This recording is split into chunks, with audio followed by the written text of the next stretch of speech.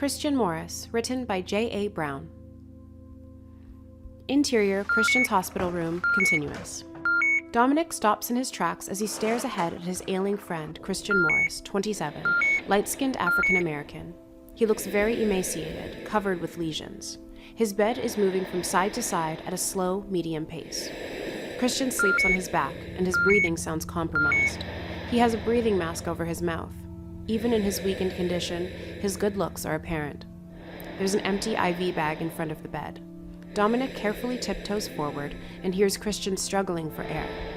Dominic looks down on the bedside nightstand and sees several small picture frames. He leans in to get a closer look and sees a picture of Christian and a woman in their flight attendant uniforms. A picture of Dominic and his family together. A picture of his mother, Sophie, 52, and his sister Wendy, 30. Next to those is a photo of a healthy Christian with his wife, Cheryl Morris, 27, and their daughter, Keisha, 6, and a single picture of his newborn baby, Alessia, 1. Dominic picks up and stares at another picture of a younger him, Cheryl, and Christian at the high school dance, laughing. Flashback to exterior Sterling High School, evening. Super, 10 years earlier. Cars pull into the school's parking area as the sun begins to set. Dressed-up high school seniors walk to the main doors of the school gymnasium, pumping out loud dance music. Interior Sterling High School, gymnasium, continuous. The lights are dim in the decorated gym. A school prom well underway. School Principal Garner, 45, Caucasian, heavyset, and some other faculty greet the arriving seniors as they enter the gymnasium. Standing near the refreshment table, watching his peers, is Dominic, now 17. Rodney Shelby, 17, African-American, medium height, walks up to Dominic and looks at his watch before turning to pour himself a drink. Where's Christian? If I know Christian, he'll be... Just then, a younger, healthier, incredibly handsome Christian, now 17, entered with a pretty young Cheryl Anderson, now 17, the woman from the photo, draped on his arm. Rodney nudges Dominic. Dominic, look! Christian's with Cheryl Anderson. The frickin' cheerleader? Dominic whips around to see Christian and Cheryl shaking hands with Principal Garner. Several dancing girls notice Christian and start to whisper as they look at Cheryl and glance over to a group of football players who sit unaware at a faraway table. Dominic shifts his stare over at the footballers' table, spotting Brady Lane, 17, African-American, tall, muscular. Dominic watches him closely, checking to see if Brady has noticed Cheryl. Christian takes Cheryl through the crowd of dancing teens, and they begin to dance. Dominic hurries over and taps Christian on the shoulder. Hey, D, what's up? Come on, we need to talk. Cheryl looks at Christian with a clenched jaw. An angry Christian looks at Dominic and sighs. Right now, D? Can't you see I'm dancing? Yes, right now, Christian. Christian whispers into Cheryl's ear, then follows Dominic toward the hallway. Interior, school gymnasium, hallway, continuous.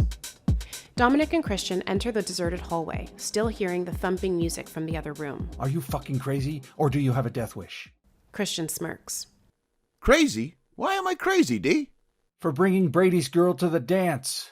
Nah, shit, that's not crazy. It's suicide. Christian looks through the double hallway gymnasium doors at Cheryl moving to the beat of the playing music. Just look at her, D. Christian, if Brady sees you with her, he's gonna break your neck. Why? She asked me to the dance. What was I supposed to do, say no? Yes, dummy.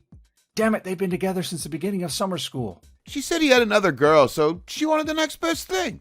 Well, you better hope she was right, because here he comes. Dominic peers through the door and sees Brady talking to Cheryl, who gestures toward Christian through the window. Brady clenches his fists and runs to the door, forcefully ripping them open, slamming the double doors with several football team players trailing him. The fuck, Morris? Why'd you bring my girl to the dance? Because she asked me. She asked you? Brady turns and looks at his teammates. They all shrug.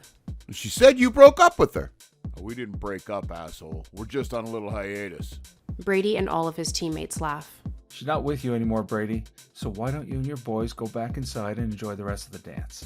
Brady laughs and turns to his boys, and they begin to laugh. Dominic is getting angry. I said, take your boys, go back inside, and try to have fun with each other. Christian laughs. Brady unclenches his fist. I'll make it easy for you. Ask Cheryl who she wants to be with, and let's see what she says. Bet money she'll pick me. Betting on yourself, pretty boy? Brady slowly walks closer to Christian, and they stand face to face.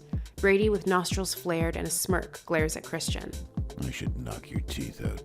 Tell you what, Christian pauses and reaches in his pocket and pulls out $20 and hands it to Dominic. I'll bet you she'll leave with me after the dance, and if I'm wrong, you're $20 richer. What do you say? Brady glares over at his teammates to see if anyone is laughing. Hey, you're a pretty motherfucker, but I got 2 years with her, and I know her better than you, like bright. Then prove it.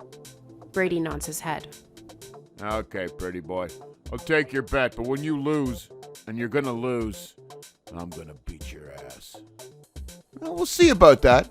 Brady looks over at Dominic, turns, and walks through the doors with his teammates following. Dominic walks up to Christian. He isn't playing, Christian. He's gonna beat your ass. You don't have anything to prove, so please stop this nonsense. No, D, I came here with her, and I'm leaving with her. All you're gonna do, Christian Morris, is get your ass kicked tonight. Grow the fuck up, man. You've been doing the same shit since grade school. Dominic points to the gym full of teenage girls. Look out there, Christian. You can have your pick of the litter. So why Cheryl Anderson? Because she's the finest girl in the school, that's why. And because I can't stand that asshole. Yeah, well, I'm getting tired of patching your ass up every time you do this. Last time it was Mr. Jenkins' wife. Now Brady? I'm not going to be around to save your ass like before, Christian. After graduation, I'm leaving for Johns Hopkins. Christian gets angry. Yeah, sorry. Congratulations, D. I was thinking about joining the military. The military? I thought you'd go into modeling. You told me some rich magazine lady liked your portfolio. If my portfolio you're referring to is my dick, then yeah, she loved it. Christian tries to wipe the grin off of his face as he holds onto his crotch. You slept with her? Yeah? So what? Dominic rolls his eyes. Oh, she told me to come back and see her once I graduate. I might take her up on it. Not if you're dead, dumbass. Christian looks at the reflection of his face in the door glass and smiles as he checks himself out from numerous angles. I'm not worried about that, D. She already showed me some of her nasty cheers, so I'm not concerned about her picking Brady over me. Dominic looks through the doors and clears his throat. Hey, Romeo.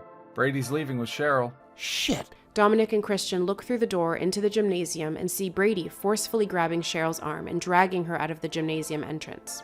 Cheryl rips her arm free and runs back into the gym and runs straight for Christian with glee. See? I told you. Hey, there's the school photographer. Let's get our picture taken.